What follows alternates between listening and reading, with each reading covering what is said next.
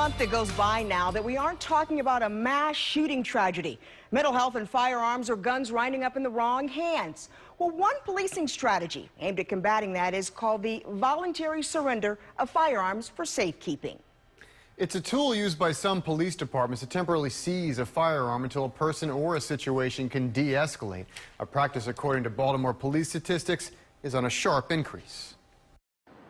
Normally used when responding to domestic violence cases, the voluntary surrender of firearms for, quote, safekeeping is a practice meant to take the lethality out of a combustible situation. This is not about infringing on anyone's Second Amendment rights. It's not about taking a gun away from a person. It's about making sure our citizens are safe and removing a potential threat that could cause someone to be a victim. The process, Sergeant Jerron Jackson explains, is almost always voluntary, except in the emergency petition of a person in mental distress. It is simply a question police are now trained to ask when investigating a call where a gun could escalate the violence. If the victim or family member admits to a gun in the home, police can merely suggest they take it for safekeeping, a voluntary and temporary seizure backed by state law, police say. To go this step further, they're being trained to ask, are there guns in the house? Absolutely. And this training is not just for domestic violence. It's in all the calls and service we're handling. We're thinking beyond the initial call. We're thinking of what's going to happen tomorrow. What's going to happen the next day? That gun is then taken out of the home and placed in evidence control, where Detective Howard Jones begins to investigate. Ballistics reports and background checks on the owner are performed before the gun is cleared to be returned. In the few years that you've been doing these safekeeping guns, have you noticed an increase of these guns coming in for you to check out? Yes, I have. By nearly 400%, statistics show.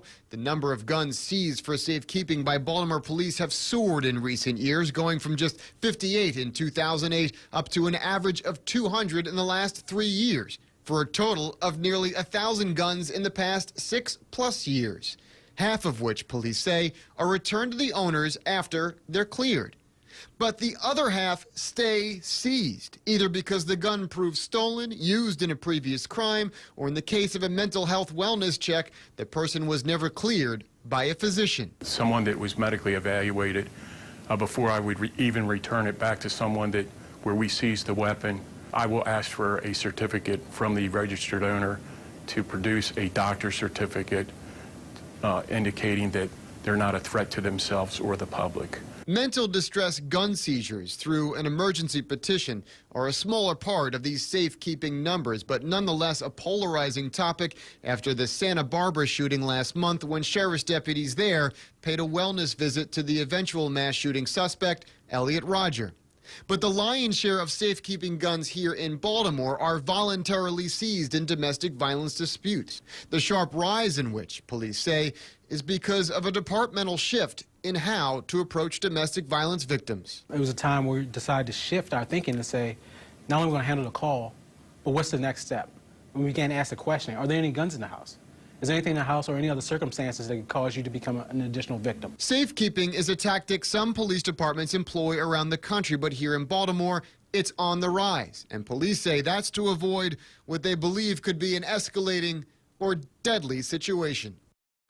Now, the voluntary surrender of firearms for safekeeping is usually just a law enforcement policy or suggested procedure. There are some other police departments around the country that employ the same tactic. But after the mass shooting in Santa Barbara a couple of weeks ago, 2 California senators are proposing a federal law named the Pause for Safety Act. In it, police would have the power through a preventative warrant to temporarily seize a firearm from someone who is in danger to themselves or others.